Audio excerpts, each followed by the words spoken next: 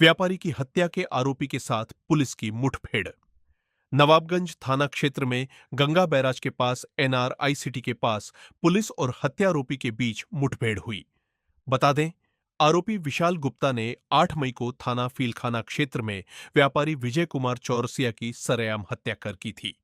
आज बिठूर से गंगा बैराज की तरफ भाग रहे अभियुक्त की सूचना मिलने पर पुलिस टीम ने उसे रुकने का इशारा किया, लेकिन वह भागने लगा। लेकिन संकरे रास्ते पर स्कूटी फिसल गई और आरोपी ने झाड़ियों में छिपकर पुलिस पर फायरिंग शुरू कर दी। पुलिस की जवाबी फायरिंग में आरोपी विशाल गुप्ता के पैर में गोली लग गई, जिससे वह घायल होकर गिर पड़ था। घायल अभियुक्त को पुलिस सुरक्षा के बीच इलाज के लिए हैलट अस्पताल में भर्ती कराया गया है। घटनास्थल पर फॉरेंसिक टीम ने निरीक्षण कर मौके से एविडेंस कलेक्ट किए। शिवा सिंह, एडीसीपी। दिनांक 8 मई को थाना फीलखाना क्षेत्र में एक घटना हुई थी, जिसमें कि व्यापारी विजय चौरसिया की गोली मारकर हत्या कर दी गई। उसमें जो अभियुक्त था विशाल गुप्ता, वो फरार था। जैसे ही थाने पर सूचना मिली, सुसंगत धाराओं में इसमें एफआईआर दर्ज कर दी गई थी और थाने की टीम्स विभिन्न जगहों पर दबिश दे रही थी। सीसीटीवी फुटेज चेक किए जा रहे थे और संदिग्ध लोगों से पूछताछ भी करी जा रही थी। इसके संबंध में आज जब हमारी थाने की टीम्स क्षेत्र में पूछताछ कर रही थी, दबिश दे रही थी, तो एक सूचना प्राप्त हुई कि एक संदिग्ध अभियुक्त बिठूर के तरफ से गंगा बैराज की ओर जाता हुआ दिखा है।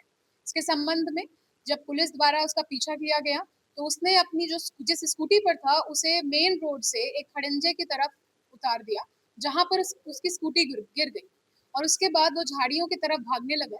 भागते हुए उसने पुलिस टीम पर फायर किया और जवाबी फायरिंग में वो घायल हो गया। उसके पश्चात अभियुक्त को, जो कि विशाल गुप्ता आइडेंटिफाई हुआ, उसे हैलेट हॉस्पिटल उपचार के लिए भेज दिया गया। घटनास्थल का निरीक्षण फॉरेंसिक टीम द्वारा किया गया और वहां पे एविडेंसेस इकट्ठा करी गई। घटनास्थल से हमें अभियुक्त के कब्जे से एक स्कूटी मिली, जिसका नंबर प्लेट हटा दिया गया। उसके पास से एक तमंचा और उसकी जेब से एक जिंदा कारतूस और एक खोखा मिला और एक खोखा जो उसने पुलिस पर फायर किया था उस तमंचे में भी मिला है। जब अभियुक्त से पूछताछ करी गई तो उसके द्वारा बताया गया कि जैसा कि हमने पहले भी इंस्पेक्टर साहब ने ब्रीफ किया था कि पैसों का लेन देन की बात सामने आई। अभियुक्त द्वारा मृतक को 1 लाख रुपए ब्याज के तौर पर दिए गए थे और पहले तो मृतक ने कुछ महीने उसका ब्याज चुकाया, उसके बाद मृतक ने उसके पैसे देने से मना कर दिया। इसके संबंध में अभियुक्त द्वारा सुनियोजित ढंग से, एकदम योजनाबद्ध तरीके से, जो मृतक थे विजय, उसको सवाई सिंह का हाथा लेकर गया और वहां पर हाथे के तीसरी मंजिल पर, उस घर के सबसे जो ऊपरी मंजिल थी, वहां पर ये दोनों गए। इनके बीच में कुछ बातचीत भी हुई और हॉट टॉक्स भी हुई और उसके संबंध में जब फिर से अभियुक्त ने उससे अपने पैसे मांगे और मृतक ने पैसे देने से मना कर दिया, तो जब मृतक सीढ़ियों से नीचे उतर रहा था तो अभियुक्त ने उसको पीछे से गोली मार दी। उसके बाद अभियुक्त वहां से निकल जाता है और जैसा कि वीडियो में देखा जा सकता है, वो अकेले ही स्कूटी से फिर वहां से निकलकर अपने एक दोस्त के पास जाता है, जहां उसका दोस्त उसे उन्नाव पर जाने के लिए, भाग जाने के लिए बताता है और यह भी बताता है कि जब 2-3 दिन में ये मामला शांत हो जाएगा, तब वो आके अपने न्यायालय की सारी कार्यवाही कर ले।